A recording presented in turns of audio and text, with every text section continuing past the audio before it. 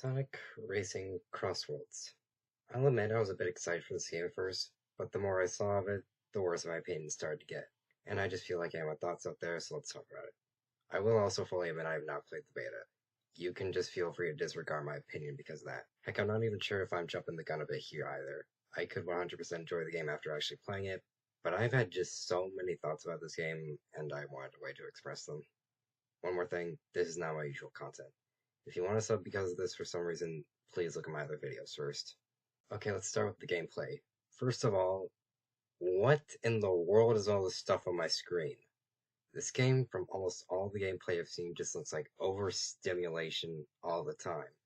The absolute fuck ton of colors at all times, the amount of items, Jesus Christ, the items are horrendous, and the constant character voices and sound effects.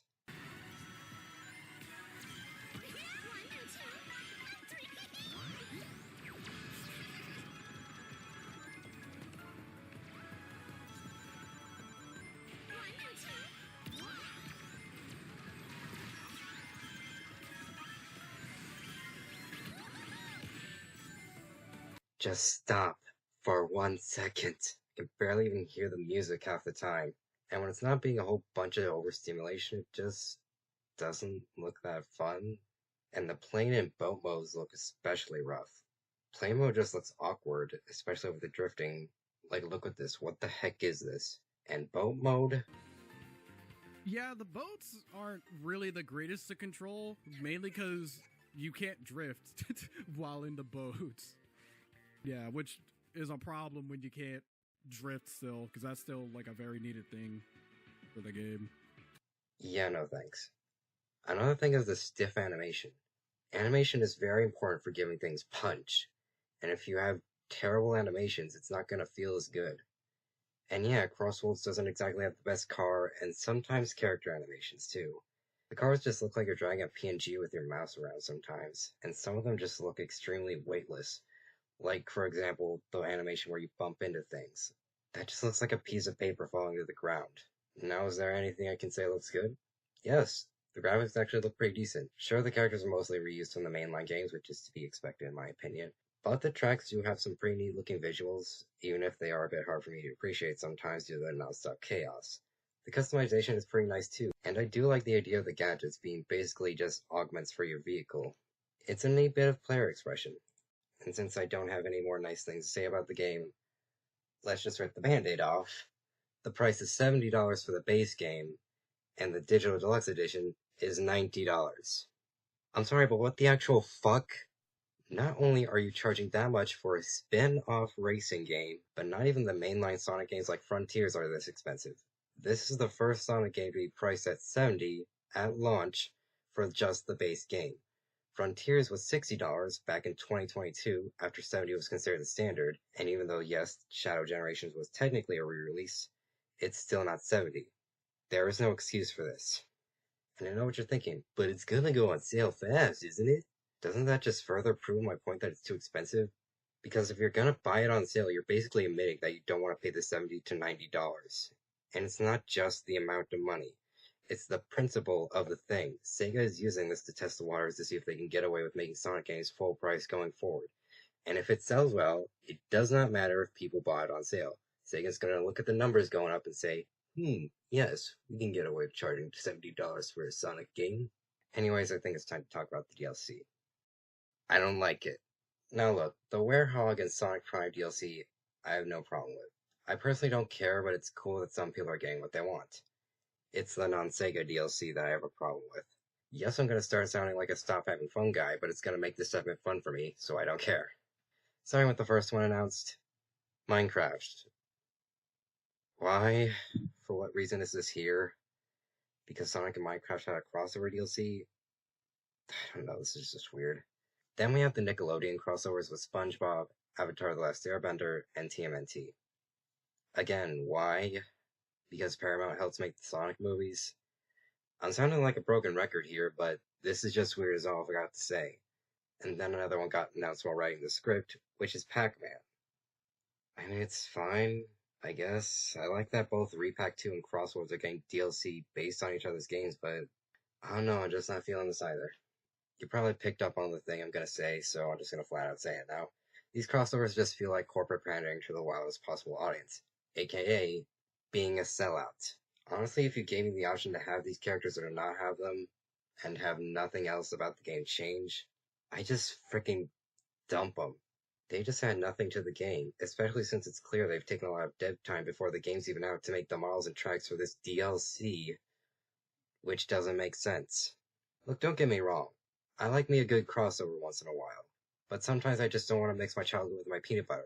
Some days I just want chocolate or just peanut butter, because always mixing them gets old after a while. Also, if what people are saying is true and that these collabs are the reason this game is $70 for vanilla and $90 for the digital deluxe, then not gonna lie, I kinda hate them even more now. It gets even worse when you remember that All-Stars Racing Transform had a lot of non-series characters that didn't make sense either, but we're not talking about that right now.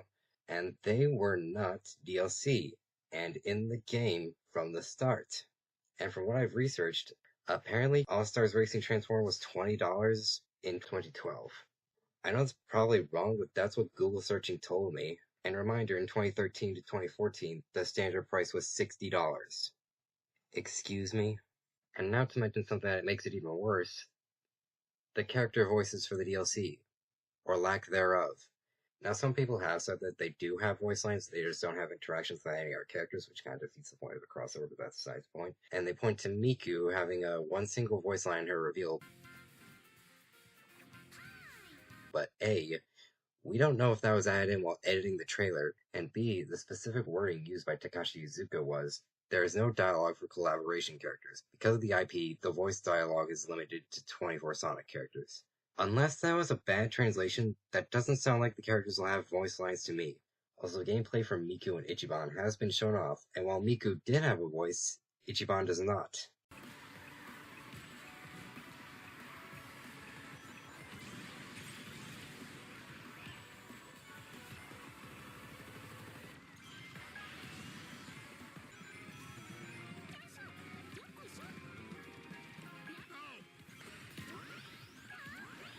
And that gameplay was posted less than a month ago as of writing the sentence. So I'm recording this a little bit later. I actually did find a more recent interview with Takashi Iizuka, where he did confirm that, yeah, the DLC characters are not going to have voice lines. So he said, in this game there's a lot of interactions between characters, so if we include voices for the guest characters, that'll mean a lot of interaction between them and Seiya characters.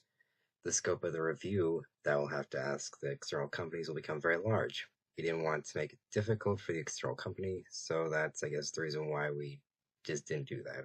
Whatever, I don't know, I kind of cut off the last bit of sentence there. My screenshot, whatever.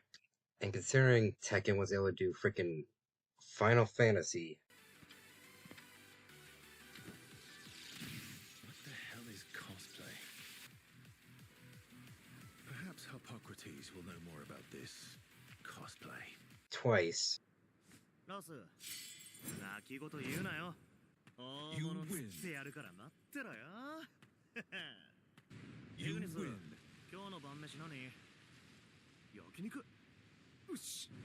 I call bullshit. And just give him generic lines like they did Miku. What the frick, Sega? Not to mention the Werehog, judging by the trailers and what Sonic's voice actor has said, also doesn't have voice lines. Which isn't exactly a good precedent for this, since now we know some of the DLC characters don't have voice lines, so why should we assume the others wouldn't? I've also heard that maybe they're waiting until further development to add in the voice lines, to which I ask, why would they reveal the characters without the voice acting? Especially since we're so close to release. Less than 4 months close to release. And how far back were those trailers made in the dev cycle if that's true?